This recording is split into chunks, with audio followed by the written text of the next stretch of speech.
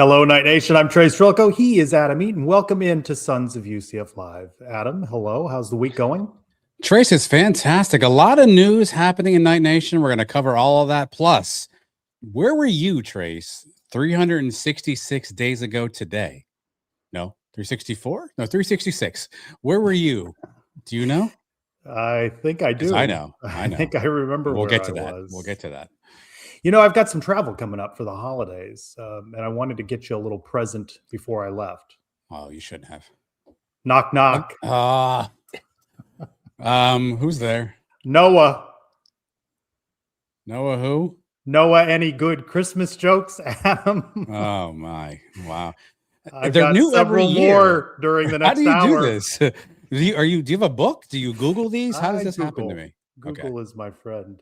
Okay. We have a bit of a different show this week. We're going to spend a little bit of time looking back a year to Scott Frost's arrival, his first presser as head coach 2.0. But some news. Brandon Harris, defensive back coach, reports indicate he'll be going to Florida State. Now, let me ask you this question. I looked up the word brutal. It was a word used to describe this move of Brandon Harris to Florida State. Our own Andrew Cherico called it a brutal loss, I believe. Brutal. Do you think it fits the definition of savagely violent? Nah, not that definition. Punishingly hard or uncomfortable? Or direct and lacking any attempt to disguise unpleasantness? Were you touched in a brutal way by this career decision by one Brandon Harris? Brutality was probably not the overwhelming emotion that came to me. It is, you said uncomfortable. I think that was an option there. It is uncomfortable in the sense that Frost had put together the staff. I think defensively, the defensive unit was the star of the 2025 season. Defensive backs had played well. And so it's uncomfortable in the sense of just when you thought we had maybe something worked out on the defensive side, we knew offense was going to have some challenges. I think we felt good about defense, and now we have a change there. So that makes you a little uncomfortable, maybe causes some angst. Now you wonder, are players who play in the position group thinking about leaving? So uncomfortable, maybe I would use, or angst, but I don't think I would use brutal. But a couple of fun facts here. Obviously, Brandon Harris, if reports are accurate, probably in line to get a bit of a pay raise, which is fantastic for him. Secondly, I think we forget his brother, Tim Harris, previously on staff at UCF, is on staff at FSU. So he gets to go work with his brother. He gets to go maybe get a pay raise. It sounds like a career trajectory kind of move for Brandon Harris, but it's uncomfortable for us at Night Nation because we thought we had a really good, solid coach and a good coaching staff defensively, and now that has to get changed around again. All right, so a couple of thoughts on this. One, a lot of Knights fans said that because the way the coaching staff was assembled, you weren't bringing guys in from other places that had been there recently, so they didn't bring players with them. Isn't this an opportunity to perhaps bring some players in, even if there are some players that maybe move on with Brandon? Well, isn't that an opportunity? Yes. Actually, Brandon Harris is the exception to that because Brandon Harris coached at FAU, where Philip Dunham and Jaden Bellamy came from. No, not Jaden Bellamy. Jaden Williams, came from. So he actually maybe had brought some guys with him. But that, so there's an example of hiring somebody and maybe they bring some players. Yes, that notwithstanding, yes, it certainly helps that maybe Frost says, okay, where can I go get somebody who understands maybe the talent in Florida, maybe has some players that are at their previous stop that want to come with him. A lot of people are asking about Patrick Surtain Sr., who was let go at FSU to pave the way for the hiring of Brandon Harris. Again, that's just conjecture on people's parts. But yes, if you go get an established defensive backs coach, it would stand to reason perhaps that you'll have an opportunity to maybe grab some kids or get some attention from some other kids out there who are thinking about what their next stop could be. Do the people questioning this not trust Scott Frost to hire someone equal to or better than Brandon Harris? Don't you trust the head coach to bring in another coach that would do a good job? Yeah, it's a great question. I mean, I think, look, the reality around UCF right now, it just feels like maybe there's just a bunch of negative hits that are happening. And this just felt like one in a series of things that happened that you went, oh, woe is us, here we go again. But with every opportunity, you do have the chance to upgrade. So, yeah, I assume we should all give Frost that same luxury of saying perhaps he can find somebody, perhaps there'll be a different coach that can come in and do that. But I think your initial reaction is always mostly to the negative, and I think that's where you saw a lot of fans. But again, if we hire, Dr. Snap and Pop, good friend of the show, says bring in Coach Surtain, right? Like if that's the hire tomorrow, I think fans are excited about what that person can bring. So I do think that the upside could certainly be there if UCF's able to bring in the right person. And of course, we won't know because Coach Frost hired Alex Grinch, and then the world fell apart amongst Night Nation for a couple of weeks that he was going to be a terrible hire, and now it's the one coach nobody wants to see leave. I think it'd be interesting to know the overlap in the fan base that says they are willing to roll the dice on finding a replacement for Johnny Dawkins. What's behind door number 2? They're very interested in that, yet they don't trust Frost to hire a DB coach. They seem to trust him to hire an O-line coach because there's a need there. But I just think that's funny. Coaches are going to change positions. And let's talk about the other one, Christian Simmons calling it a brutal loss. Another brutal, 2 brutals this week? He was a 2 brutal on John Walker. I hate to see John Walker go, but at what price point? I would have liked the depth along the defensive line, but maybe he needs to find the right system for him. And again, it provides an opportunity. I know you don't want to lose players that give you that depth, but there's going to be some guys that enter the transfer portal that make you uncomfortable, to go back to one of the definitions of brutal. And maybe this is one of those. Yeah, I think John Walker is a bit of a different scenario for UCF, right? Because I think there was a connection between him when he decided to come to UCF, spurned some other from other programs, right? A 4-star recruit, highest rated recruit, came in on those early practices, right? I think he was a player that really Night Nation wants to put their arms around and embrace because he selected UCF. And so I think there's a little bit of that at play here too, right? Like I think it's different because of his entry and what he represented for UCF overall. But look, from a depth standpoint on the defensive line, you don't want to continue to lose big, large human beings. And he certainly was one of those people, right? So I think that's that's a tough loss. But, I think at the end of the day, he's looking to make a move and to try to further his career. UCF, I think, says, okay, well, we wish you well on that endeavor. It sounds like both parties kind of leave in the right spot, and it certainly is a tough one. But I think the connection is different here because of his entry in the Night Nation. Offensive lineman Jaquez Joyner also amongst those with perhaps intentions to enter the transfer portal. What would you say is the biggest loss so far of guys rumored to be going into the portal? We were talking Taven Jackson a week ago. We know about Shakari Brown as well.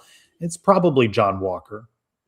No, it's John Walker for sure. I mean, he was a rotation guy. He was, I think, a guy that was going to play a part in the center of that defensive line. So I think it's Walker as one. Looking at the list here, I guess give me Kylan Fox 2. Only because I feel like he certainly had a lot of offensive skill sets that I thought this Frost system could have capitalized on. It obviously didn't materialize in 2025, but I still think there's a skill set there that could have played well in this offense. So Walker, I think, by far takes the mantle right now as the toughest portal loss. But to your point, who comes in? What happens next? I mean, yet to be seen. The sky's falling today. It may be clear and sunny, by January 3rd when the portal opens. So I think that's just the ride the wave of college football fandom in 2025. You're up, you're down, you're down, you're up, and I think that's just the reality of how things work for the majority of programs throughout the college football landscape. Well, there's some goings and there's perhaps some stayings. You've got some players posting on social media with wording, running it back at UCF next year with their intention to stay. I'm happy about this one if it does come to fruition. Wide receiver Dwayne Thomas Jr., he amongst those, tight end Caden Peating, offensive lineman Justin Roy, saying they plan to be back. Yeah, it's a good list, right? I think Peating is an interesting one because he was a highly touted high school player. Got on the field early as a freshman, had battled injury in 2025. But I just said we lose a Kylan Fox. Is this opportunity for next man up, right? And is that for Caden to step in now as he become sort of that tight end 2? Assuming Dylan Wade comes back, which we don't know, but does he become that tight end 2, that sort of replacement for Dylan Wade too? So I think Caden's a good option. Look, I think Dwayne Thomas is a Swiss Army knife, has a lot of skill sets. I don't I don't know that we unlocked him offensively in Mm. 2025. I'd love to see what we can do differently in 2026 with maybe some different schemes or different players around him. I think he certainly played well, and I think he was the leading receiver by yards. But I don't know that we unlocked him. I don't think he scored a touchdown. I think the only time he went into the end zone got called back for a holding in BYU. So I don't know that we unlocked Dwayne Thomas. I would love to see if Frost and the staff is able to figure out a ways to unlock him better in 2026. Maybe not at quarterback. Maybe tough not throw. throwing the ball. No, tough throw. But yeah, again, I think there's ways to use. Here's the thing, though. Like, I I'm agree not with you. I'm not trying to be funny. We called him Speedy. We never really got a chance to see that speed. He was never really in position. Not enough. Where he could use that speed, right? Like, I assume he's speedy. He's faster than me. I know this, but I didn't see that speediness, at least on the field. I'd love to see if Frost can figure out a way to scheme into positions to leverage the speedy part of Dwayne Thomas in 2026. You would think players at the grand opening of Raising Cane's, the chicken restaurant, East Orlando earlier this week, Andrew Cherico saw Lewis Carter, the linebacker there as well, defensive back Braden Marshall. You would think two guys at the grand opening of Raising Cane's might be on their way back. Andrew spoke with both of those guys, spoke with Braden about loyalty, what it means to him, what that sales pitch should be to UCF, for UCF in the transfer portal, guys. It means a lot, man. You know, I'm home, man. It's a blessing just to play at a high level at home, and I'm glad to continue to do it. I mean, you in Orlando, Florida, there's a lot to do. I mean, you know, we in the Big 12 too, so you want to have fun and play enjoyable football with a great coaching staff, you come and do it. Come and do it. This is a guy you want back. For sure. Yeah, for sure. He's a guy, again, kind of this hometown hero phenomenon that took place, a couple of years back at UCF. You're starting to see that kind of fall apart a little bit. Braden is one of those chips. And he's obviously played a big role for UCF. I battled injury, I think, again this year. But yeah, he's certainly a guy that you want back. And if you're shilling chicken a mile from campus, you would think that's a guy coming back. But Trace, I'm old enough to remember when Thomas Castellanos stood at a podium and said he's the future of UCF football and was in the portal 4 days later. So you never know until you know. But I certainly would like to think of Braden Marshall, based on his connection to the community, would want to come back. And I think the coaching staff would welcome him back with open arms. It was an early morning event, too. It was an 8:30 start. I was surprised when Andrew Cherico said he'd be there. He's not the earliest morning guy. He doesn't like those early morning. It's an early time for chicken. Yeah, it's an early time for chicken tenders. Well, they must have a breakfast menu. I've been to I assume it's just smaller chicken. I assume it's just smaller chicken. Isn't that what Chick-fil-A does? Don't they have the chicken minis? They don't have like eggs, right? Like, so I assume it's just smaller pieces of chicken that are cut up in a way that makes you think you're not eating a chicken tender, but you really are eating a chicken tender. Have you been there? Do you like Raising Cane's? It's fine. It's fine. Luckily, not a sponsor of the program. If they sponsor the show, it's tremendous. I don't know. It's fried chicken. It's fine.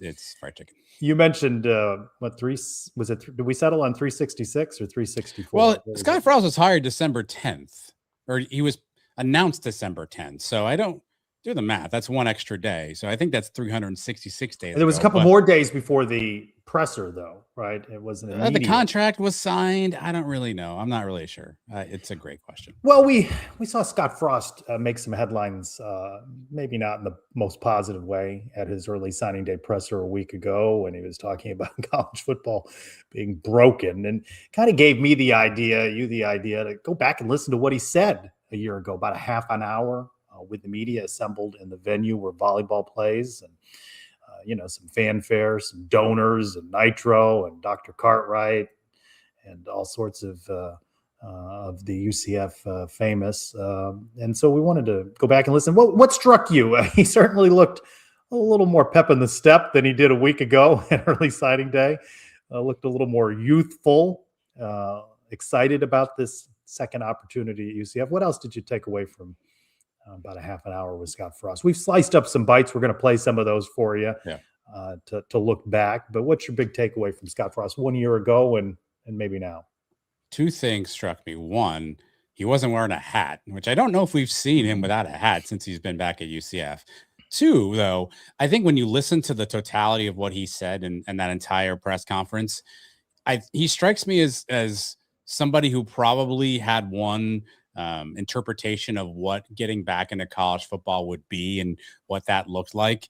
And when you then see him a week ago at early signing day, strikes me as a man who learned a lot in that 365 days. And I think the reality is the 20 months that he was away from college football really were like 5 years when you think about it, just because all the changes that took place, everything that's different about the time period that we're in. And he strikes me as a guy who stood in front of the podium and maybe didn't quite grasp just how much things had changed and just how different things would be and just how challenging they were. And every opening press conference is rah, rah, and you're going to do this and that. We said at the time, and it still remains true to this day. At that presser, again, you can watch all 30 plus minutes of it, plus the Q&A. He never at one time promises a championship. And I think that is interesting when you look back and think about it.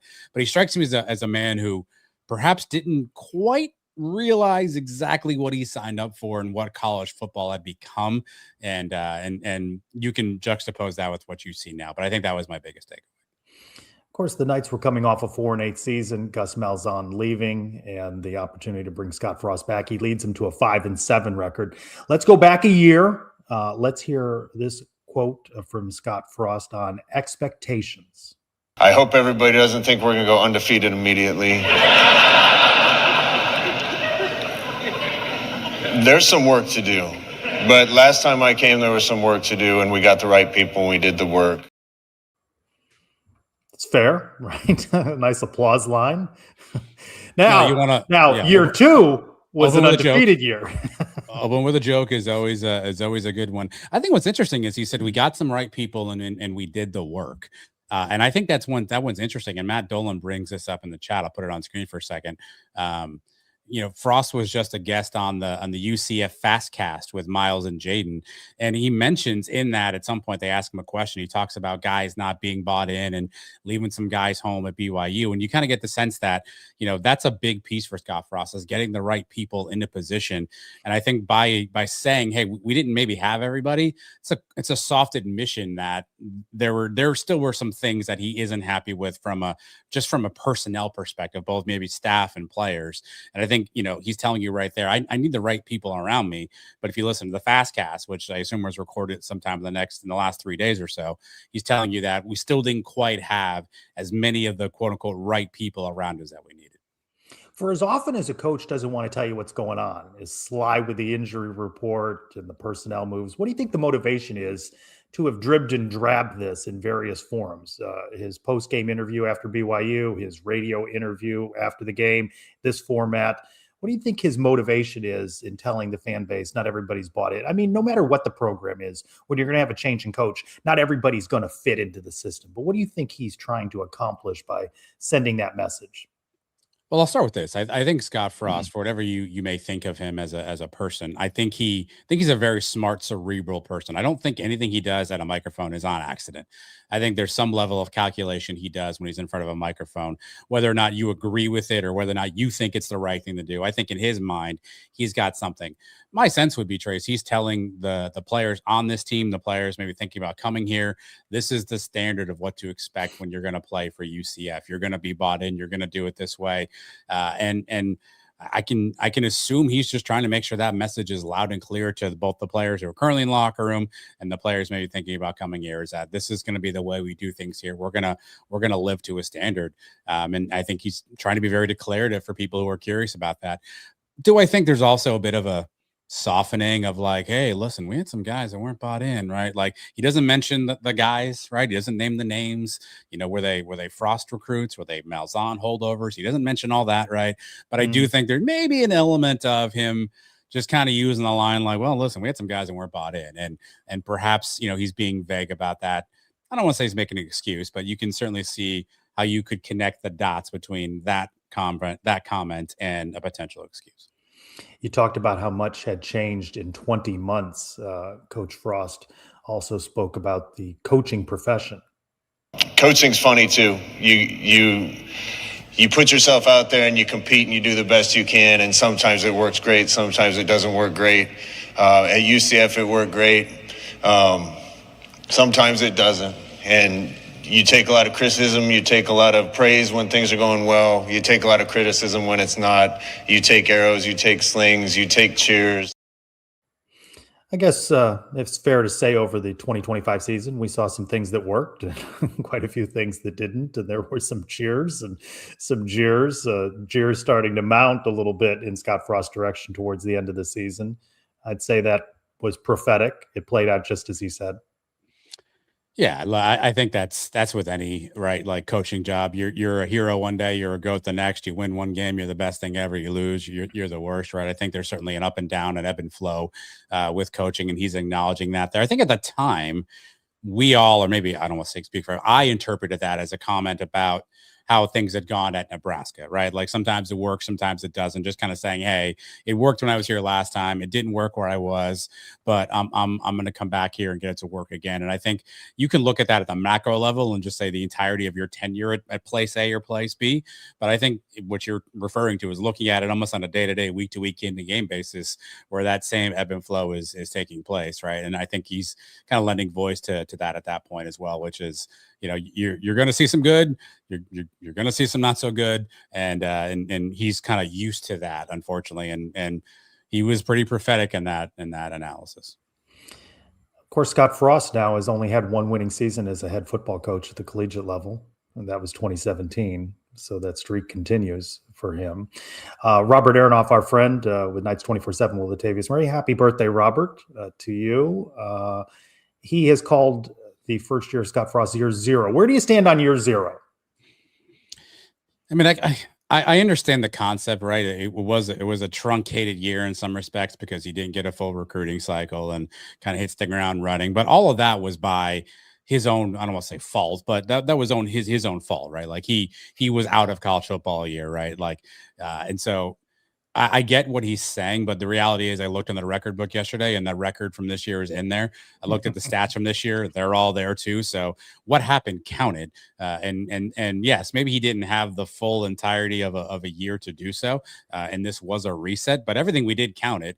The money we made counted, the money we lost counted, the players we had counted. And so the money he was paid counted. It all counted. And so I don't know that I can call it year zero. I understand it's a rebuild, but all the stats are still in the record book at this point. Everybody saw the film that was out there. Everybody saw him coach, and narratives are being formed based on that too. So I don't know that it can quite be a year zero, but I understand it's a bit of a hard reset year for UCF. As you watch back, it reminded me that I really felt that Frost had won the presser, right? I think he hit the right notes. And I think the bite that really summed it up, it's real quick. It's this one. When you're climbing the ladder of success in life, sometimes they forget to tell you to stop when you're happy. Wistful, right? He does want to go home again to UCF. He does want to go back and rebuild the culture and transform the team from that winless team in 2015 to the team that did not lose a game in 2017. It remains to be seen whether he can capture that lightning in the bottle again. But some what ifs will circulate there for Scott Frost for some time to come. Yeah, that was the money clip, right? That was the clip we all played, we all talked about. And, we said, look, this is his growth, his maturation. He learned from Nebraska. He understands what happens now. Now he's back where he wants to be, and he's going to roll up those sleeves and he's going to get into the fight, and he's going to get UCF to be, where they were supposed to be at. And it remains to be seen if that's still the case. I'm not here telling you he didn't do those things, but certainly, that was the bite, I think, that had people kind of fired up and said, okay, now our guy is back, and he's back where he belongs. He's back where he should have stayed. And that nostalgia played really, really well up until we couldn't score against Jacksonville State, right? And I think that's that was the best part of the opening presser. It's a great sounder. It's still a good life advice sounder if you're talking to people and college kids and career advice, right? It's a good life advice sounder, but it sounds a lot cooler when you go 9-3 than 5-7.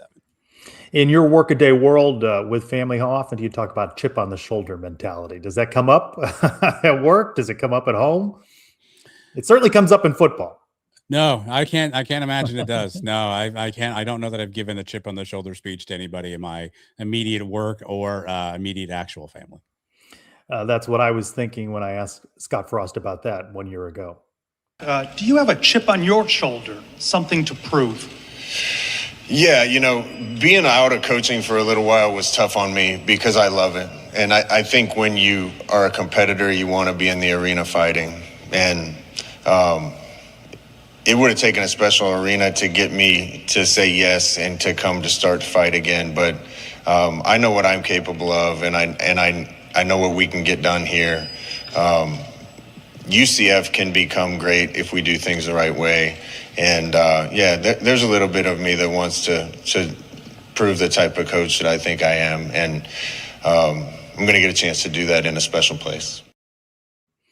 It ratchets up another notch, doesn't it? To prove something when you go 5-7, you miss out on that bowl opportunity. We know how the Houston game ends. A little what if it could have been, it was close, maybe they are just what they were, but he misses out on a bigger turnaround in his first year back. Before we get to that, can I ask you an important question? Yeah. It sounded like an elevator ding. Is there an elevator somewhere in the venue? There would be, yeah. It sounded like someone was just getting off the elevator. elevator. Not inside the venue, but right adjacent to where we were is the doors into the venue, and then the elevator would be right there. Yeah. Sounds like someone was a little bit late to the presser there, and they were like, "What did I miss?" You got a keen ear. You're getting ready for I got headphones in, yeah. Post-game sounds from baseball and softball. I can't wait to hear all kinds of machinery and farm equipment in the background. Look, this one's interesting, right? Because you got to imagine that ship grew this year. Because I think. He lamented in that fast cast conversation with Jaden and Miles. I think he lamented a little bit in times this year, being a couple plays away from this season being totally different. And, if we could just do this. And he actually says in the fast cast interview with Jaden and Miles, we can just score from the one against Kansas. Maybe that's a different story. I think he laments some of those things. And I wonder if that ship grew even bigger, because the reality is most of college football outside of us UCF and the UCF community here looked at this hire and said, what are you doing bringing this guy back? He failed miserably. He can't do this anymore. Game passed him by.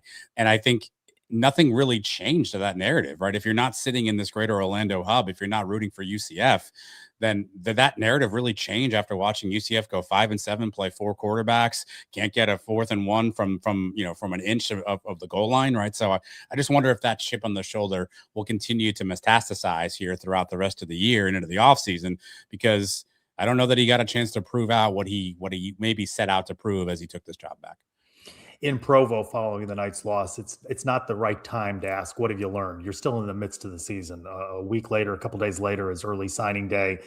And while that went in a different direction with college football being broken, still not a time yet for Scott Frost to have reflected. But he had time to reflect from UCF to Nebraska to his stint with the Rams. And here he is talking about learning lessons in the profession. I mean, if you're not continuing to learn, then you're falling behind. And, circumstances are different. Every time you get a job, and even at an individual place, the circumstances that I'm taking over for are different than what Gus took over and what Hype took over and what I took over the first time. And you got to do things right, because winning's not easy. Winning's not easy. Harder now, maybe. It's just so funny, right? UCF's in a bigger conference, better conference than it's ever been. It certainly has raised more money than it has ever raised. It has more resources than it has ever had. And it still doesn't seem enough. And that's what is really going to make winning difficult. Well, it's certainly harder now just by the construct of certain things. I think a lot of people would argue there's maybe more parity in college football now because the transfer portal, NIL, you can even some things out a little bit. But it's even harder when you beat yourself week in and week out. And I think that's what you saw in this 2025 Knights team was not only were they playing against the team across the line of scrimmage, but they were also playing against themselves, right? False start after false start, illegal motion, too many men in the huddle, like all kinds of weird and schematical things that are taking place. So not only is it harder to play, I think, against the team across the line of scrimmage, this team wasn't necessarily always prepared to play against themselves week in and week out. I think that's a part I hope that Scott Frost kind of learns through his heart. How do I do this better? You were one that talked a lot. I thought it was a really interesting point. You talked about every week, hey, Scott, what are you going to do about penalties? And he'd give you some speech, right? And one time he's like, well, we used to, I think it was Cooper, maybe Steve Cooper said, we used to stop the play and say, no, now we let the play go through and then we can recorrect it. Whatever you did didn't work, right? So how do you rethink that? So I wonder, in an honest moment, and I fear Scott would actually tell us this, so maybe we shouldn't ask him, what are those list of things that you say we've got to do these things better from a tactical standpoint, an execution standpoint, this upcoming season. And will he learn from the way that him and his staff coached some of these mistakes, or tried to coach through these execution issues? Is there a different way to do that? Can they get new perspective? And that's when we talk about bringing new coaches in, by the way. Perhaps a new coach comes in on the offensive line, on the defensive backs, and says, hey, when I was working at X school, we tried this, right? So maybe there is some opportunity to get some different perspectives if you bring some coaches in. But there's some stuff to learn from this year, for sure. Going to be curious when we speak with Scott Frost again. The transfer portal will open right after the new year. If they follow the form of last year, they had some sort of coaches media day session. I don't know that he would do pressers with a new offensive line coach, a new DB coach. Does the opening of spring camp, maybe late February thereabouts, present the opportunity we speak to Frost again? At what point has he reflected? What lessons has he learned is going to be interesting. For you, do you want to coach like Gus Malzahn that was present on social media with the booms? I mean, there was a culture around that. We were all excited when it was happening. Maybe it didn't produce the results that we would have hoped. Or do you like the Scott Frost approach, the cerebral approach? I mean, he's not on social media. You see him in these presser settings. He's pretty candid. Is there somewhere in between that you're looking for? Is there one approach over the other that you prefer? Yeah, it depends on a couple different verticals you went to there. I don't need my coach to be in social media. However, that's where the players are. So I don't mind a Gus taking a picture with somebody and posting on social media, right? That's where the players are these days. That's where people are going to look at stuff. That's where you get the attention, the likes, the impressions, right? That's all stuff that's important, unfortunately, in recruiting right now. And so having a 0 on the scoreboard from Frost's perspective in that camp probably isn't the right number. Now, I do appreciate the way Frost goes about sharing some insight, sharing maybe some would argue a little too much at press conferences. I do like that element of it better than Gus just telling us he was an old high school coach and that's a real team over there.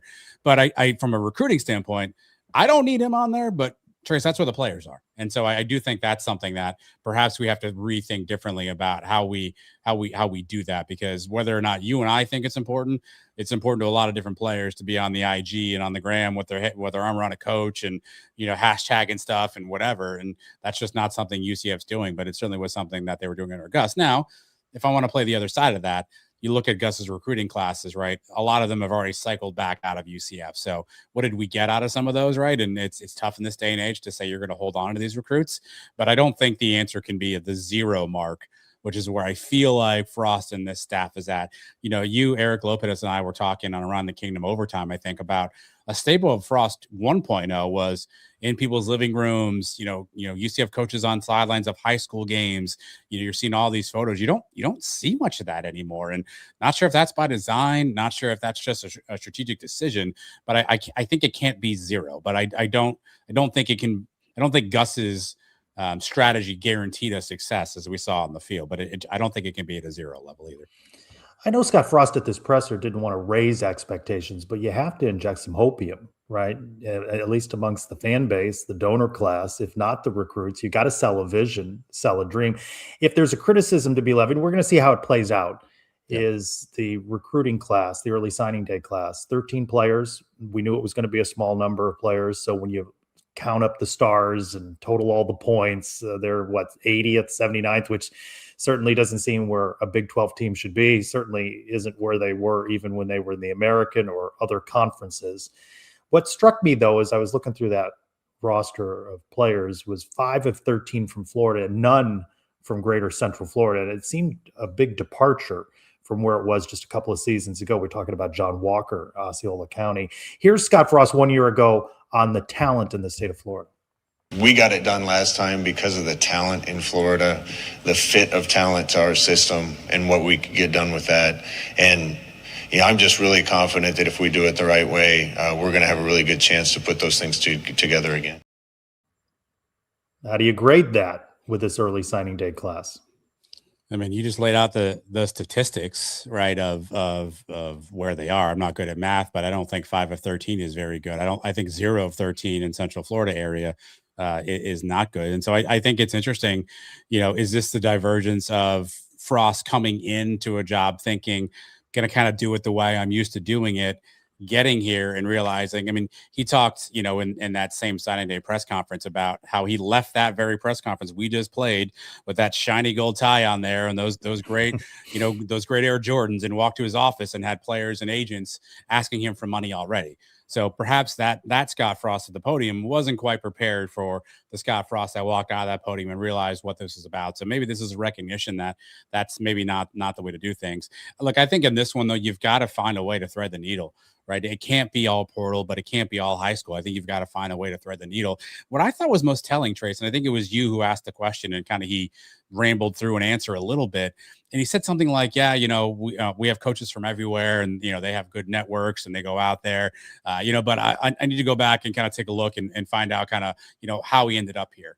And it almost kind of struck me as someone who divorced himself from the process, like you might do at work and say to one of your coworkers, "Hey, can you give me a presentation on this thing?" And they show up with a presentation to put it in front of you, and you deliver it, and you're like, I didn't do this work, so I don't know what's on this paper. Kind of gave me a little bit of those vibes, like he wasn't as plugged into that, and I think that's a bit of a concern, if you will, is. I understand that you can do it differently now, and you can go to the portal and you can grab, certain guys, and maybe you turn your team around. But I don't think you can just slam the door shut on high school recruiting and make it seem as though it's it's some sort of a bubonic plague. I think you've got to have it involved in your program. And I think that's the Frost who said that there, unless he's going to go get the Florida kids in the portal, those two things certainly aren't aligned from 365 days ago. We're two people that like process. We want to know how the process works. I know there's some jokes about my question of Ted Roof about distribution of tasks between him and Addison How was Williams. Ted Roof these days? Have you talked to him? There was a deposition a week ago. Okay, how's Ted doing? It was a Zoom that they didn't open to the public like we had thought.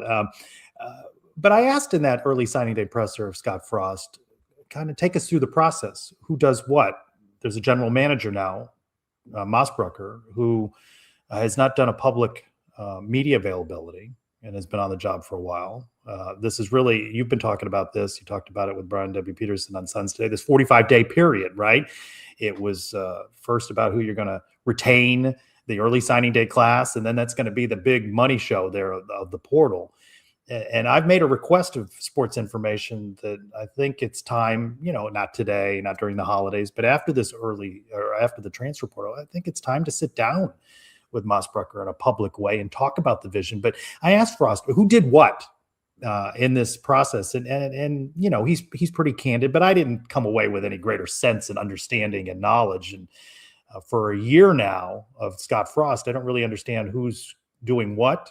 And maybe more reporting needs to be done, certainly. But I've asked for Mossbrucker, the general manager, and some others, chief of staff maybe, and sit down and let's talk about who does what, because that certainly will play out differently at different universities. And I think you picked up on that current, maybe the fan base did, of that little bit of a disconnect. And maybe it was just the way you responded. But I don't know that I understand how involved Scott Frost was in that early signing day class. Yeah, it's a great question, right? And Trent Mossbrucker, you're referring to the new sort of GM, I guess, is this title for UCF. I don't know. It's a great as you said that. I don't know how often those guys are available broadly. I don't know if it's a position that's often in front of microphones and media in different markets talking. Well, the world has changed though now. Now right, you have to explain how you put together this roster, right? But I do think it now may be the time where that almost kind of needs to be the situation, right? I mean, you see that in professional sports, when the team isn't playing well, the GM trots out there and talks about certain things too. So I do wonder what the power structure looks like at UCF and what Frost is involved in, what his role is, what the recruiting staff is doing, and are there, maybe this is a dumb question. I assume based on what I look at titles, there are different recruiting. There's maybe a high school recruiting staff. There's maybe a staff looking at portal. Are they all wearing the same hat? I do think there may be some interesting tidbits of information that fans can learn with some additional clarity on who's doing what inside the structure. You referenced at the end of, or in the midst of his early signing day presser, he talked about exiting the stage at this presser, his introductory presser, and talking to agents of players. He didn't even know who the players were at anything yet. But let's listen back and compare now. Think about where the roster is now with what he was saying about building a roster 1 year ago. We want to focus on that first, and make sure that we're building a core with an identity, a core with a culture and character, and we can go from there. But without those essential principles, I think you're chasing your tail. Is it an indictment of the culture Scott Frost is trying to build that he has, on a couple of occasions now, since the BYU loss, called out players for not being a part of the program and not making the trip? Is that an indictment of culture, or is that a culture setting that we've determined these are guys that are not going to be a part of the future? I kind of have to know who he's talking about, right? Because if you would, one of the things that, you and I are at Big 12 Media Day, and one of the things that Frost told us and that Terry Mahadra told us both on camera and off camera was they felt really good about their process, right? They felt really good about the process they went through to bring these 69, 70 new players into the program. They felt good about what they did. I think Terry's comment to me something along the lines of, we interviewed them as much as they interviewed us. And they felt really good about what they brought in. Now, if you're telling me some of those same guys then became, not bought in or weren't as committed, then I think you go back and go, wait a minute, how did you miss? You felt good about your process. How did you miss these guys? And look, no one's batting 1,000, right? But what are you going to do differently now? Where did you identify that you missed? How did you think that happened? And how are we going to make sure that doesn't happen again? So I kind of need to know who and how he's referring to this. In that UCF Fastcast conversation, he looks at Miles and Jaden and they say something like, what's it going to take to get this thing turned around, or whatever the phrasing was. And he said, more guys like you two, because you two came in, you bought in, you were leaders, you did this, that, and the other. And so that tells you he still doesn't feel good about what he has from a personnel perspective, not maybe just talent alone, but what he has from a culture standpoint. But I need to understand, is he referring to maybe some holdover guys who were here under Gus and said, whoa, wait a minute, I didn't sign up for this, I'm not playing like this? Or did their own internal mechanisms sort of fail them to find the right fits? Fine, that's going to happen. But now, how do we move forward? What's the rectification we're going to do to make sure that when we're doing those interviews, and I'm going to do some quick math here, 14, 15, 16 days, that you're not going to see that same level of concern, or that we've addressed whatever that was. Well, to go from 5 wins to bowl eligibility, and I don't know that just 6 is going to please the fan base. 7, 8, you've got the shift back with 5 conference games at home, if I'm not mistaken, right?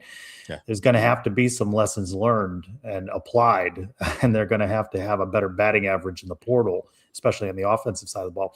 Let's end as the presser ended, with Scott Frost talking about long-term success. Talent doesn't matter much if you don't have character and discipline along with talent. So we're going to judge not just based on the talent that someone has, but are they a fit for the team? And we're going to get this right. And I'm not looking for a immediate turnaround at the expense of long-term success.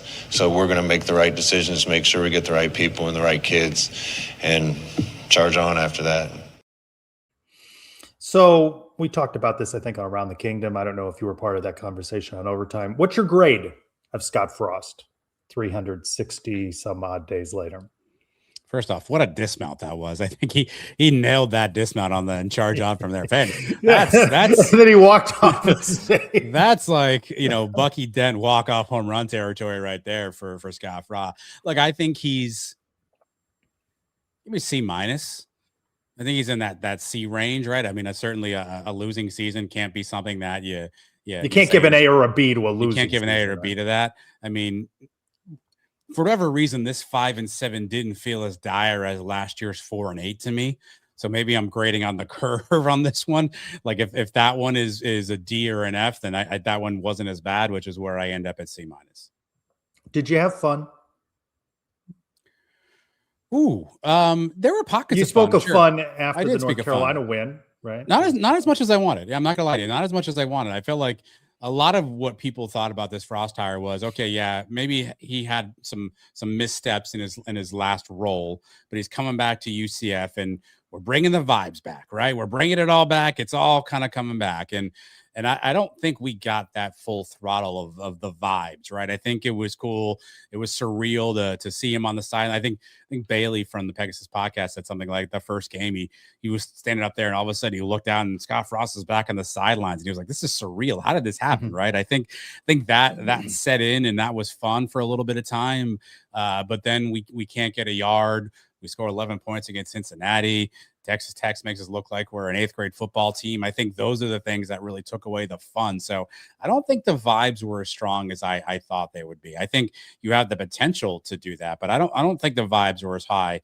And maybe shame on me or shame on others that we had too lofty of expectations that he was just going to come in and be Coach Fun again and, Coach Tight Polo, and we're going to go do these things. And that just didn't happen for us. What about his connection? The first time around, he was very guarded with regards to his family. I'm not sure Gus was very open about family. He softened in some national media interviews when his wife had some health issues, but he was pretty guarded.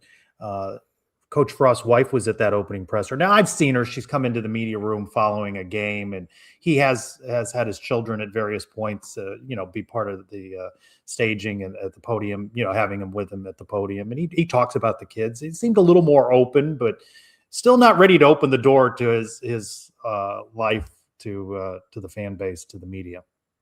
Well, I hate to keep pumping something that's not ours, but he did do that on UCF Fastcast. He talked about playing catch with his son and how he kind of integrates being a father and a coach. So he did give you a bit of a window into that and into that interview, but it certainly is a marked change from what we saw in 2016, 2017, and the legendary stories about his entry into Nebraska in 2018. So you certainly see a little bit of that growth and that maturation, and him talking about, wanting to be here, wanting to, raise his family here, put down roots here. I think you saw a little bit of that change from what you saw in past. But look, I think, I forget who asked the question. I want to make sure I can give the right credit to. I forget, so I apologize. Someone asked him if this was fun for him this year, if his coming back was what he thought it was. He basically said something like, I don't have fun unless I'm winning. And I just wonder how much of this tenor changes if UCF has a better season, how much you get to see a little bit more of Frost's personality in a winning environment. I think the losing perhaps played a bit of a toll on some of that stuff. And look, I was struck too, Trace. I hate to bring the show down to a screeching sad halt, but okay. even in that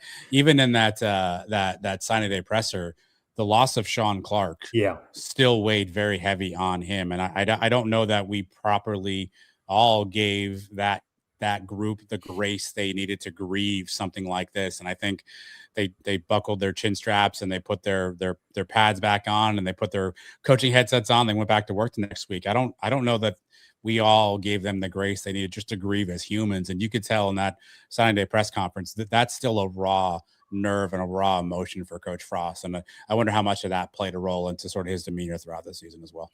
On Around the Kingdom, we graded the season halfway through. I gave the offensive line, I think, like a D- or something. And Eric Lopez says that he was going to withhold a grade because of that. And then I reversed my grade because I thought he was right. I don't think we know the extent of it, the impact. I don't think he offered it as an excuse, but there's no way it wasn't a factor. And you could feel it, certainly. They didn't, he even mentions in the game immediately following that, if that hadn't been the environment, that doesn't mean they win the game, but maybe there are just some different situations. It's hard on young men that maybe that's the first significant loss in their lives. And we've all had to go back to work after a loss and grieving, and you're a little spacey for a while. So, I mean, not trying to offer it as an excuse, but I don't think we'll ever fully grasp how difficult it was for the coaching staff, for Frost, and for the players. And from Frost's perspective, maybe that made it challenging to have fun, right? Air quotes. Like sometimes when stuff like that happens, right, the gravity kind of weighs on you and you sort of feel like, wait, is this a time to really be having fun and sort of doing some things there? And, I think winning helps that. I think obviously the losing, makes it harder, but I don't know that we'll ever really understand. Again, I'm not an expert on grief, right? I don't have the market cornered on how to handle grief. We've all been through things in our life and everyone handles it differently. And maybe that impacted a little bit of what you saw from Scott Frost's personality in 2025.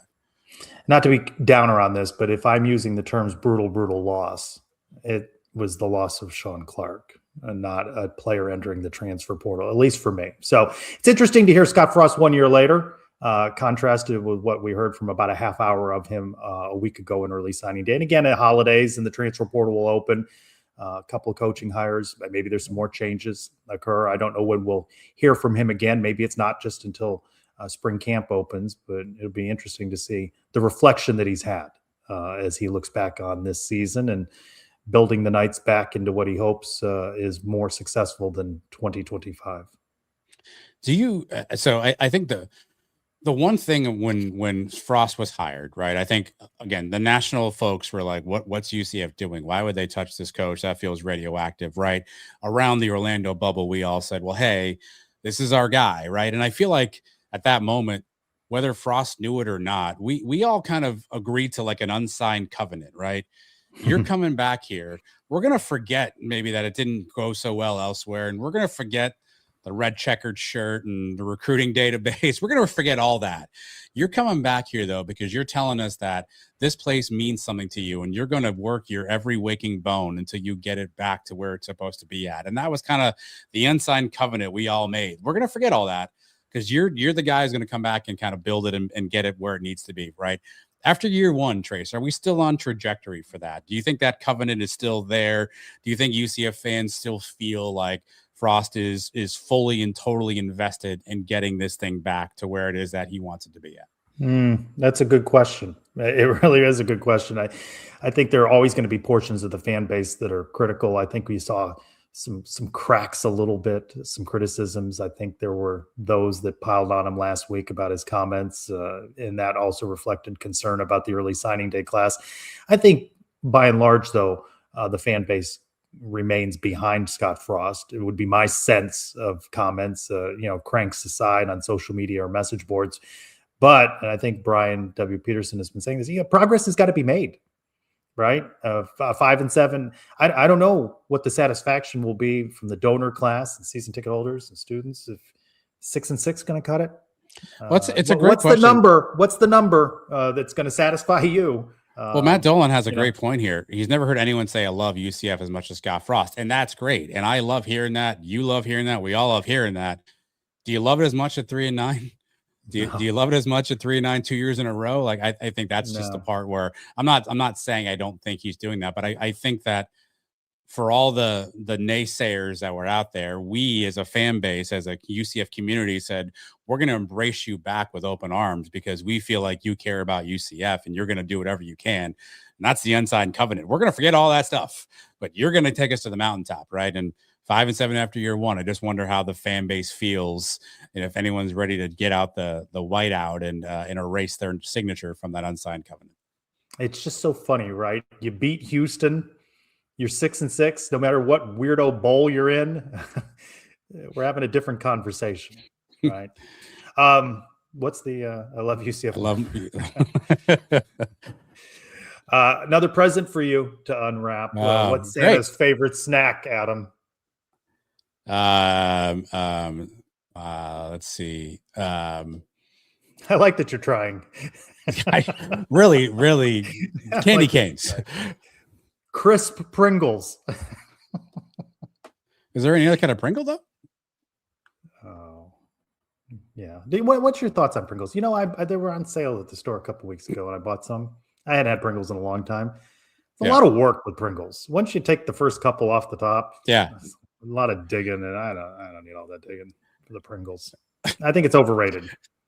I don't disagree with you. I hot take for you here. They're not sold everywhere, by the way. I don't believe your local Publix carries these because my local Publix does not.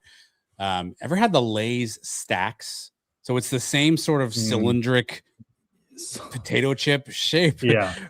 But the chip, much better quality than the Pringles. So if you're going to go oblong shaped chip in some sort of a weird container that you can't get your hand in, maybe Lay's stacks is for you, Trace. Give it a shot.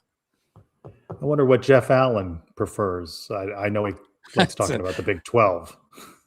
Can we ask him? Okay, let's find out. Jeff. The bowl season will be upon us soon, so let's take a look at the Big 12 teams that are going bowling. The biggest one, of course, is conference champion Texas Tech as the 4 seed in the college football playoff. After their first round bye, they get the winner of the Oregon-James Madison matchup in the second round at the Orange Bowl on New Year's Day at noon on ESPN. The rest of the bowl season looks like this. On Saturday, December 27th, BYU, which got left out of the playoff after their second loss to Texas Tech, squares off with Georgia Tech in the Pop-Tarts Bowl here in Orlando at 3:30 on ABC. Tech replaced Notre Dame, who opted out after not making the CFP. Later that evening, Houston gets a home bowl as they play LSU in the Kinders Texas Bowl in Houston at 9:15 on ESPN. Tuesday, December 30th, has TCU playing USC in the Valero Alamo Bowl in San Antonio. That'll be at 9 o'clock on ESPN. Wednesday, December 31st, it's Arizona State against Duke in the Tony the Tiger Sun Bowl in El Paso at 2 o'clock on CBS. And Utah faces Nebraska in the SRS Distribution Las Vegas Bowl at 3:30 on ESPN. And on Friday, January 2nd, Navy takes on former American foe Cincinnati in the AutoZone Liberty Bowl at 4:30 on ESPN. And Arizona battles SMU in the Trusted Will Holiday Bowl in San Diego at 8 o'clock on Fox.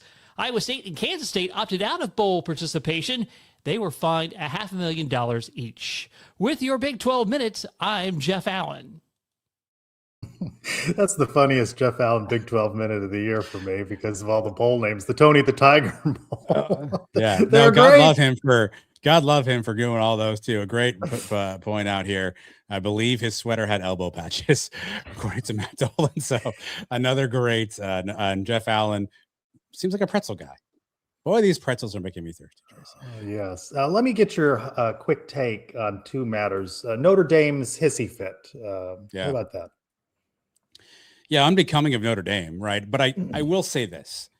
For whatever anyone thinks of the bowl system, if you don't like it, if you think it's not right, if you think the committee's idiotic in their thought process, and you say this has to change, if you cooked up a formula that would help you get change, it's Notre Dame throwing a hissy fit, right? That may be the school that can help you enact the change if that's what you think is needed.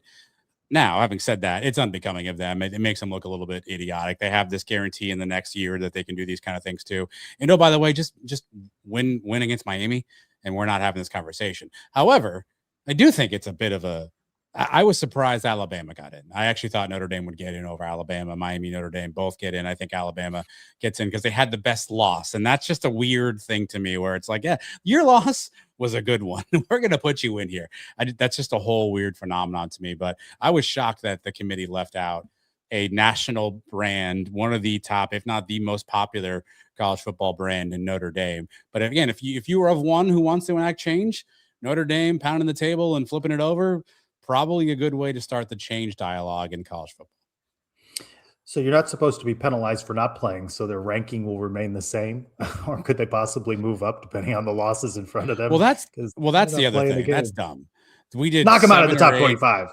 7 or 8 ranking shows, and they were above Miami in every single one of these shows.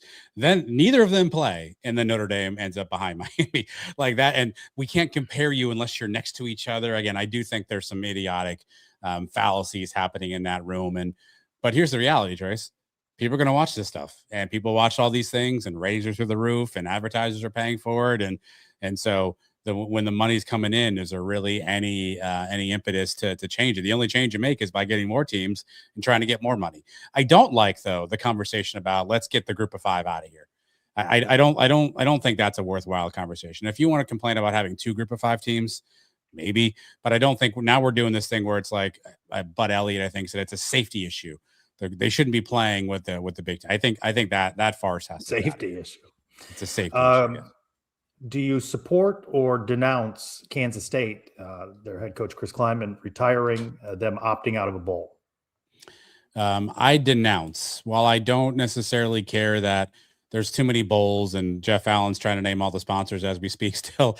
And so I don't care about whatever bowl game they were in, but they were elected to a bowl. They were assigned to a bowl. They should have gone to a bowl. I understand your coach is opting out or retiring. Coaches do that all the time. As interim coaches coach all the time in bowl games. I think they easily could have done that. Maybe give Chris Klieman one last ride, right? Let him coach one last game, go out on top, and, put your coach on the shoulders, Buddy Ryan, Mike Ditka style, and walk him off the field and have a good memory. And I don't quite understand that one. What about Iowa State? Different situation. Their coach leaves to coach Penn State. Same. Would they have done? I mean, would they have done that if they were in the playoff? Ole Miss is playing, right? I mean, can we agree that for however many critics there are, and there are several of you, of Terry Mohajir, I'd rather be UCF today than Michigan. Whew, that's a mess. Yeah, I mean, there's a lot of things in that storyline that are just not good at all. No, look, it's a football story because it's a football coach, but there are people's lives that are forever changed by whatever happened here. Well, it's more than a never football be the story. same. Yeah, athletic director, administration, HR. It's you're not here for my commentary on social issues, and I just found myself dumbfounded that people continue to in power continue to make dumb decisions like this, but decisions have consequences, and unfortunately these decisions that were made by whomever and however, and that we don't know all those details, people's lives were impacted forever now, and that goes beyond football. It's a crazy, with every news drop I was like, what, wait, what? Like, it just, even one of those storylines, just one of those is crazy, right? And the snowball just kept going down the hill. Yeah. Credit to you. I like the roundtable format where you involve several Sons of UCF personalities in a look back at the 2025 season. You can find that on the 365 Sports newsletter as well. Yeah, 5 key questions we asked, or 6 key questions we asked. I think you, Christian Simmons, Andrew Cherico, Jeff Allen, myself, Brian Peterson, all offered perspective on it as well too. So a couple of key offseason questions. Again, we have a lot of folks that do some great stuff in and around what it is we do here. So always love to collaborate with that group, and you can find that now on 365sports.video. One of the highlights for me, having watched Dante Culpepper play, was the day I was driving and my phone rang and up flashed Dante Culpepper's name on my dash. And I went, what? You must feel like that at times when you have opportunity to speak with and interview players and coaches and other noteworthy people in UCF lore, right? I mean, Dante Culpepper's a pretty good conversation. You had opportunity to speak with him during an Ask Me Anything with Knights 24/7. Yeah, something really cool that Robert and the staff are doing there too, right? So they're doing what they essentially call an AMA and Ask Me Anything, and they're getting folks to come on and message board questions are coming in, and for whatever reason, Robert asks me to host these things, and I'm not quite sure I'm deserving of that I should be doing that I'm the right fit, but I appreciate that he gives me that opportunity. And this time the opportunity was to ask questions of one Dante Culpepper, which to your point is certainly a really cool honor and opportunity, Trace. And we had a good conversation. It's about 50 minutes. You'll find it on the Knights 24/7 message board. If you're not a member, head over there now, figure out how you sign up, tell a couple friends. Again, a great conversation. And Trace, this clip I pulled here has something very interesting. What if I told you all that perhaps Dante could have been a star in multiple sports? Yeah, Coach Spiro, every year. Well, when I signed to play football, I was going to play. I told him I was going to play basketball, and Coach McDowell was okay with it. But after my freshman year, I wasn't. What I will say, mentally, I wasn't prepared for the time that we put in every day. From being there at 6:30 in the morning and leaving the building at 6 at night, that kind of mentally wore me out. So I didn't want him to leave from football that season, go right into basketball. I was like, I need to rest. So I if I can go back, I probably would have played. But every year he would come to me at the end of the season and say, hey, man, you sure you want to play this year? But I was like, nah, Coach. And then I played intramurals, and we won the championship in intramurals. Of course you did. Should have been playing on the team, but Coach Spiro would definitely reach out to me every year. Who was on that intramural team? That's a great question. Who was playing it against? You're out at the intramural. Another courts, great question. And you see Dante Culpepper come out with some other guys, right? These other guys were just other guys. Another great question. Can you imagine if you played with Dante Culpepper? I've never heard that story. You've never heard that story, have you? Who are these guys? I think Coach Spiro had told me that they had recruited Dante. They wanted to recruit Dante, but I did not. There's no chance that happens today, right? Your star player. We saw is what not happened with playing Daryl Mack Jr. when he played intramurals at the intramurals. rec center, Yeah, right? Like yeah. that's not happening today. But there are 5 poor co-eds right now who are like chiropractors and lawyers and whatever else who are telling their buddies the time Dante absolutely wrecked them in an intramural basketball game. But can you imagine if he had done that? And he told me later on, I don't want to spoil the entire interview again, Nights 24/7 is where you find it, that he says he can play 1 through 5. He can play all 5 positions. He can pass. He can shoot. He can score. Now, I can't prove he's wrong, by the way. Know what I tell him he is.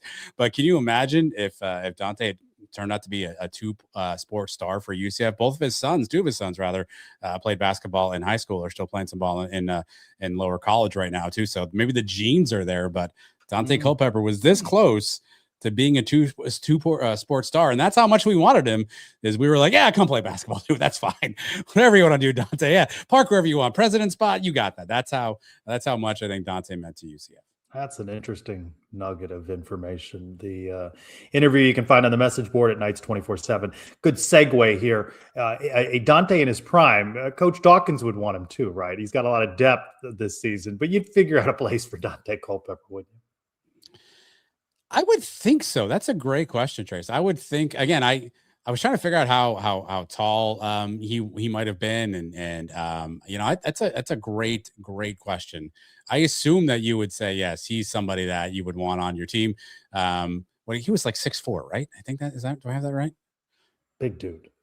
Yeah, I think Dawkins finds a way to put him on this roster for sure. Knights with their 7th straight win, they beat Towson 86-61 to move to 8-1. And Johnny Dawkins players meeting with the media Thursday, and Andrew Cherko was there and has our men's basketball minute. He sure does, Trace. He sure does. As soon as this button lets me hit it, he's absolutely going to have your men's basketball minute there. As soon as this thing fires, the first thing you're going to see is Andrew Cherko outside of Addition Financial Arena, talking about all the other videos played just the fine. Media availability that took place today that featured Johnny Dawkins and several of his players, Trace. And so that's something I know you're all going to want to see as soon Perhaps as you'll see that on the YouTube channel when you release it later. Well, yeah. I don't know how you will. You might if I do really. We might want to come back to that. Let's come back to that one. Okay. Well, the Knights will host Mercer. They got a little time off here from their last game. They'll face Mercer Wednesday, December 14th at 7:00. Just a couple more games before the Knights open with Kansas at home as Big 12 play begins right after the first of the year. I'm reluctant to ask you to roll another video, but Around the Kingdom and the Pegasus podcast with fresh episodes this week. Were you talking about men's basketball? Was that what you said? We could see that as well. Well, let's look at that. Andrew Cherko has finally arrived, and his video is here. And he's rolled and strolled into the shot.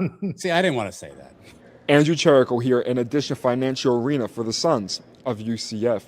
UCF men's basketball is currently off to a historic start this season, currently standing at 8-1 through non-conference play. This marks the best start in program history for head coach Johnny Dawkins during his tenure, and while he's happy, he's still not satisfied, so much so he didn't even know the own levels to his success. Yeah, I'm never satisfied, Andrew. For me, the best start would have been we would have be undefeated. I mean, that's the best way we could start. Like Coach said, I'm not really too satisfied because I feel like we should be undefeated. But at the same time, man, I love to win. So as we're on this win streak, I just want to keep it going. Yeah, I wouldn't have thought it until like you said, I mentioned it earlier. I'd seen that written, and I wouldn't have thought that. I wouldn't have known that. I don't. But I don't concentrate on each one of our games. As regard to okay, here's what we've done in the preseason. I'm just looking at always the next opponent. Just 3 more games left to go until conference play for the Knights, where they will have a chance to build on their historic start to the season. But they're currently in the middle of a 10-day rest period from their last matchup. But they tip off against Mercer Wednesday, December 17th at home. And until next time, I'm Andrew Cherko for the Sons of UCF. Now, I don't know anything, but a little part of me thinks that Andrew Cherko chose that first bite from Johnny Dawkins because Coach Dawkins worked in a Andrew did. in his response. He did. I'm not accusing him of that either. I was more distracted by the men working behind there who were. I knew you would be. Something very important. There was a man with a sign that looked like it might have fallen in the background there. I'm always distracted by the little things, but yes, Andrew Jericho does a great job, and you may see that on YouTube later.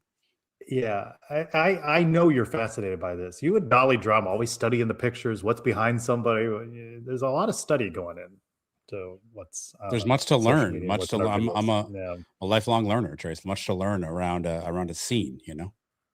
Did you learn anything from this week's Around the Kingdom or Pegasus podcast? We hope you have. If you haven't seen them, here's a clip.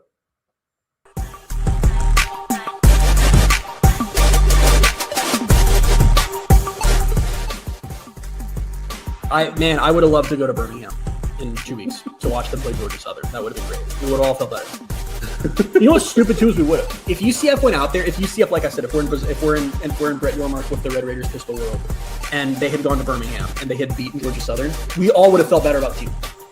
We would have been like, hey, I feel more optimistic about Scott Frost for no reason. But you know that's what would have happened. Hachi, and you of all people, watch this up close. How far the gap is between UCF and the Texas Techs and the BYUs. That's the part that's concerning to everybody and has everybody worried, myself included. I applaud Brian for speaking his mind in a very appropriate way, not going off on F-bombs or anything like that. I think he was, I have no issues with what Brian had to say, and because he's a loyal fan.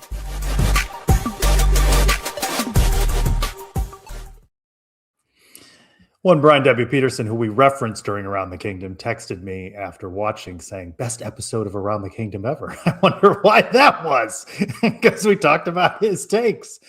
He sent me the same text message, and I wrote back and said, Brian, I'm not really on that show.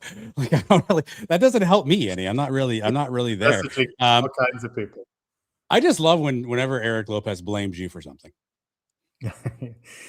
We should do a show where we switch personalities. I'm just really more calm, and he just gets very animated. I don't think I could pull it off for a half an hour. Whenever he hits you with a people like you, Trey, that's just my favorite thing that happens. Whenever it happens on a show, I don't care what it's about. I'm interested immediately when it's people like you, Trace. Yeah, I'm sure you are. Elsewhere around the kingdom, women's basketball now 7-3 beat Delaware State 74-46. Morgan State at the arena on Sunday, December 14th, 2:00. The Teddy Bear Toss is the promotion for that one. Softball announces its schedule. 25th season coming up for UCF softball, 8th under head coach Cindy Ball Malone. UCF with home games, 35 of 54 contests will be at the softball complex. They open with Boston on Thursday, February 5th. You know, that's just about, 6-7 weeks away? That'll be a 3:00 start. UCF faces 12 schools that qualified for the NCAA tournament. Baseball home opener against the Siena Saints on Friday, February 13th. 30 of the night's 55 games are at home. 14 opponents on that schedule are in the NCAA tournament 1 year ago. So before we know it, baseball and softball back. Another present for you, Adam. What did the ornament say to the other ornament? Just hanging out? I like hanging with you. And that's the sentiment that I feel in our time together. Really quickly, of those 55 games at home, how many will Michael Emptiness be at? Michael, quite a few. He doesn't miss many. He's a diehard. Are you going 50? Does he get 50, 55? Well, no, I mean 55 is total games. So I'm sorry. 30. So 28 of 30. Yeah, certainly higher. Well, let's do an over/under. I mean, he can influence that if we chart a certain number. He can just go, I'm not going on Tuesday. If I 28 and a half. Over 25 for sure. I think he only missed 1 or 2 games last year. Okay, and it was work related. So you want the over? Okay. Yeah, go with the over. All right, we mentioned Brian W. Peterson. His ego's not big enough. Now it's time for his segment.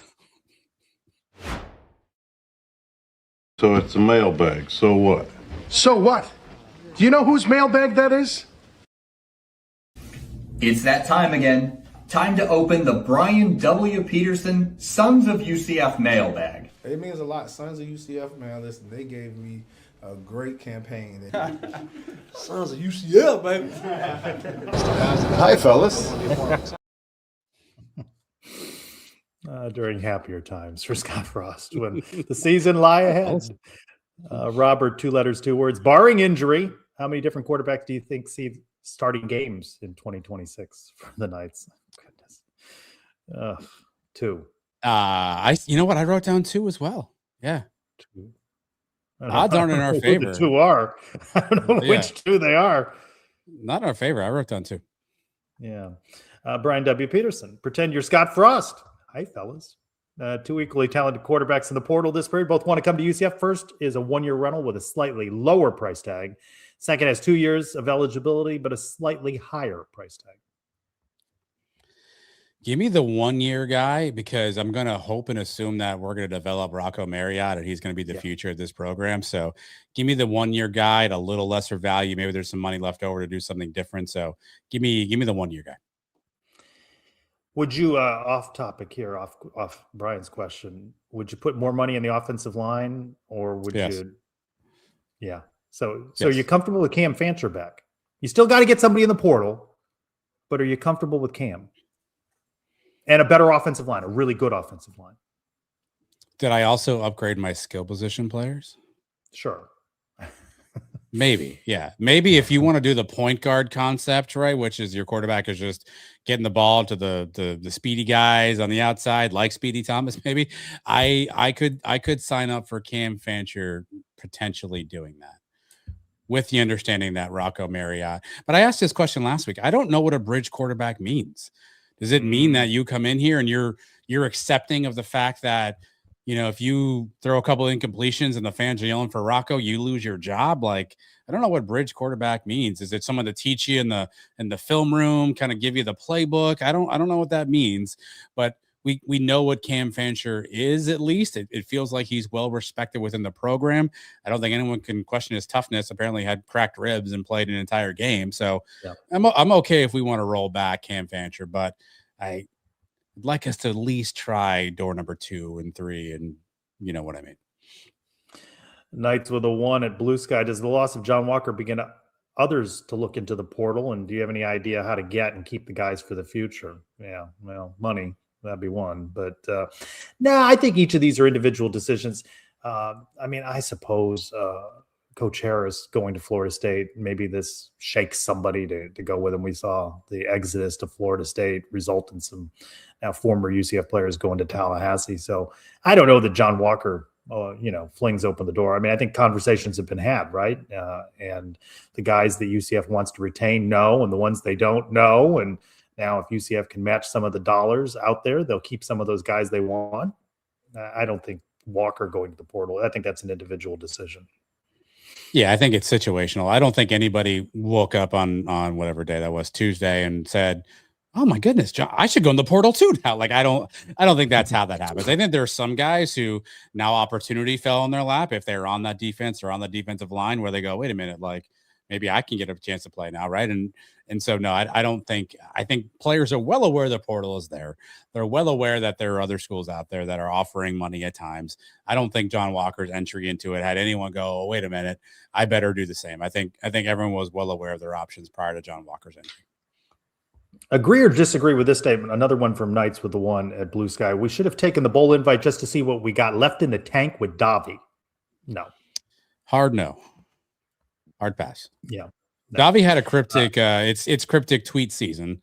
Davi had a cryptic. I missed tweet that recently. Yeah, something about all things come through people who believe in UCF stuff scrubbed off the social media stuff, right? So I don't know what all that means. I'm not here to announce intentions for people, but I don't think that gets it. Look, there have been some tough days around the fan base the last couple of weeks, right? With press conferences and recruiting classes and portals and coaches. Going to getting blasted in the Birmingham Bowl, like Christian mentioned, I don't think is another lash this fan base could have used. I think we're better off charting our course north and trying to figure out how we compete in 2026. Now, if you and the Sons of UCF entered the portal, and what would scrubbing the social media look like? Would it be the Sons, and then you'd fuzz out UCF? What would that look like exactly? Well, I mean, probably Sons plus question mark, right? Like what Sons of where, And I do that thing where I go, "Where is home?" And I have some things up in respect. You hold on a second. I mean, if you're asking me, Trace, what I think about all this. I forgot. Portal Downers. Matt, you hear it? Good. There's John Walker over there. Hey, John, how are you? See?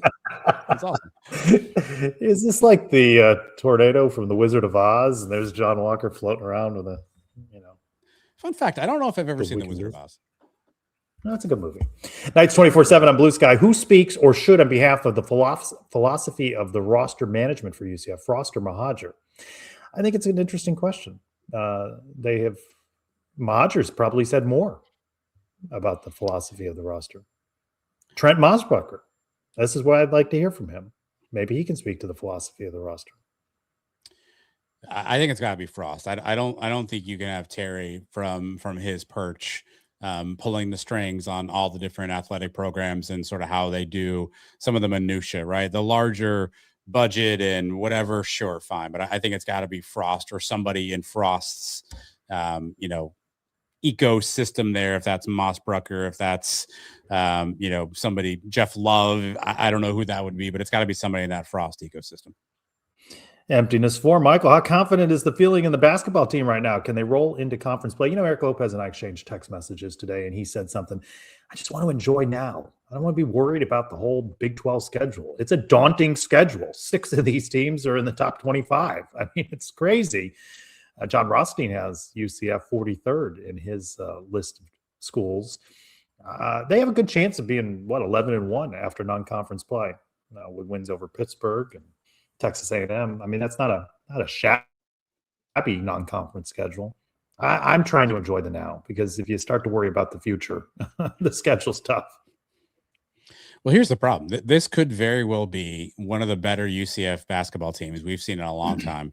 They can very well be infinitely better than previous years and still have a bad record in the Big 12 because the conference is just that good. And so it's hard to really, I'm doing the 6-7 thing. It's hard to really balance that because they could be one of the better teams we've had and still only muster 8 wins in the conference. So. Yeah.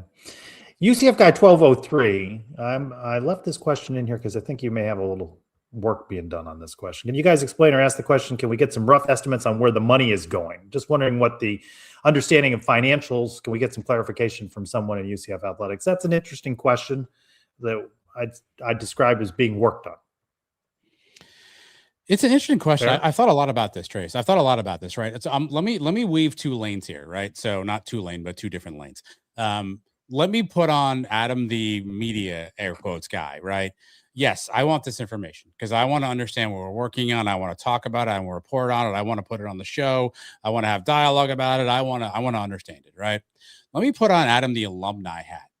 If you're UCF, there's no advantage of you sharing any of this information with anybody, right? If you're in a competitive marketplace, which they are, if you're negotiating with different entities, which they are, you don't show your hands and show everything that you're working on and what you have to spend, what you're going to spend, where you're going to spend it at, because then you have the opportunity for people to have that information and potentially try to use it against you. Wait, you have how much to spend on a quarterback? My guy wants X, right?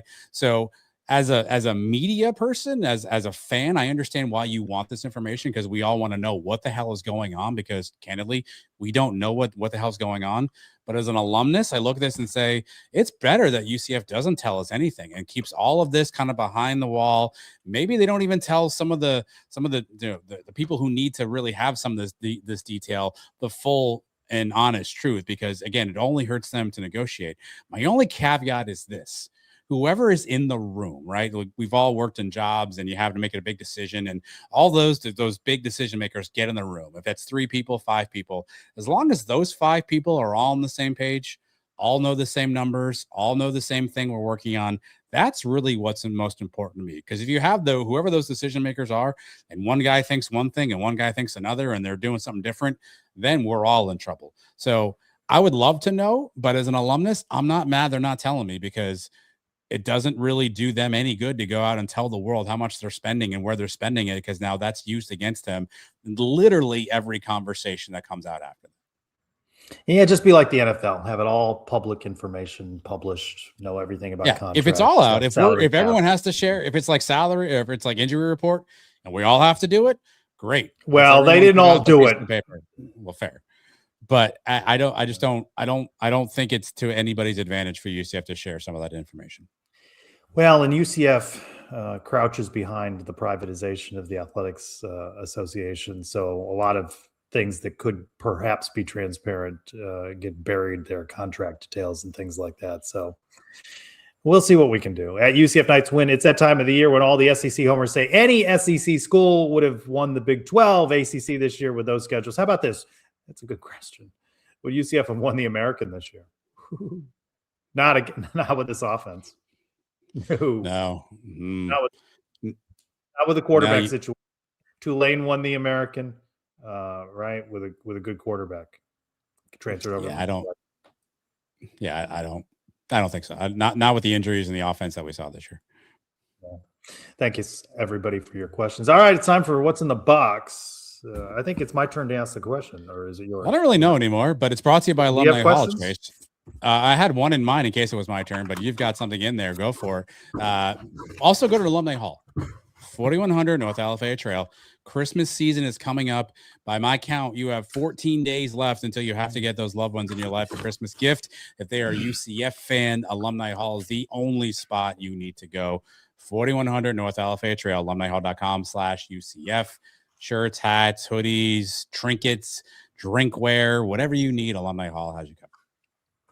Would you rather be stranded in the jungle or stranded in the desert?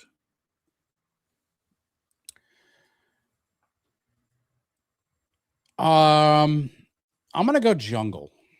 I didn't think it would be this dramatic. Jungle.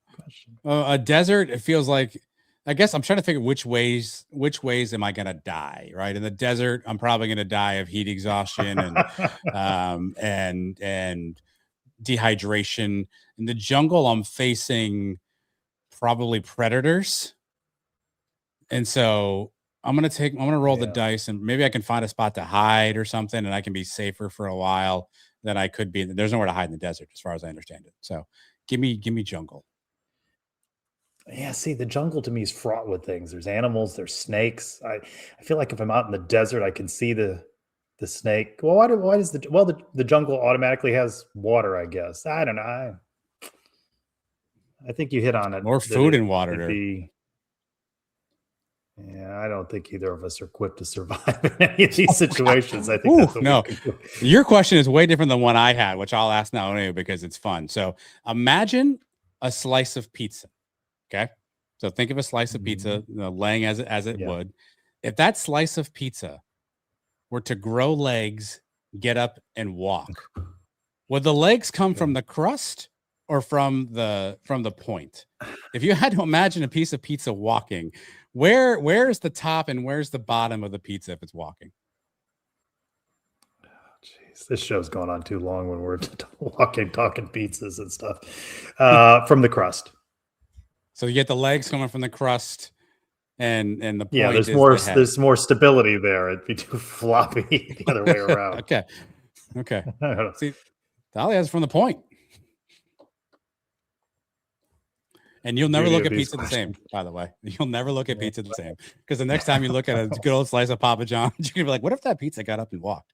And now it's nice to know Dolly's still with us. I've mellowed over the years on this show. I used to be just so insane about the timing of the show, and I've just become more relaxed about that. I'm shocked sometimes because I'm looking at the clock and I'm like, how are we going to finish this by 9 o'clock? And you keep on talking and asking questions, and I'm like, all right, well, I'm not going to not talk. And so I'm pleasantly shocked. The crust is the eyebrows. Miguel, one more for you. The point. Yeah. Okay. One more. That's be the whole knock, Adam. Who's there, Trace? Murray who? Merry Christmas. Merry Christmas to all, and to all a good night. We will continue to have Suns programming. We've got basketball covered. There will be shows. Yours truly is taking a little sojourn, going to be out for a while. So you'll carry on ably without me, and perhaps I'll join you in a new year. I want to thank you, Adam, for all you do behind the scenes for the Sons of UCF as we wrap up 2025. Been a big year a lot of growth for Sons of UCF, all of the interns and all of the things we've had opportunity to cover. It's been a good year. Been a fun year, been a good year. A lot of different folks have come into our orbit, which is fantastic, and got a chance to work with a lot of great people and a lot of great experiences. So yeah, we can't thank everybody who follows and watches and supports enough. All the knuckleheads in the chat tonight who are asking questions about pizza. Now that I brought this up, you're the reason we do all this stuff, because if not, I don't know what we're doing it for. So we appreciate and we thank all of you as well. For Adam Eaton, I'm Trace Strelko. Go Knights! Charge on, says Trace's favorite basketball player. Riley Kugel, number 2 shooting guard. Thank you for watching the Sons of UCF. Yeah, we got a scheduled draft, a player draft next week on Around the Kingdom. You got the number 1 pick. Yeah, I do. You picking Riley? I probably am. He's most likely to score, yes? Not when you have him picked. No, not when I have him. Doesn't score when I have him. But that's why he stays over here.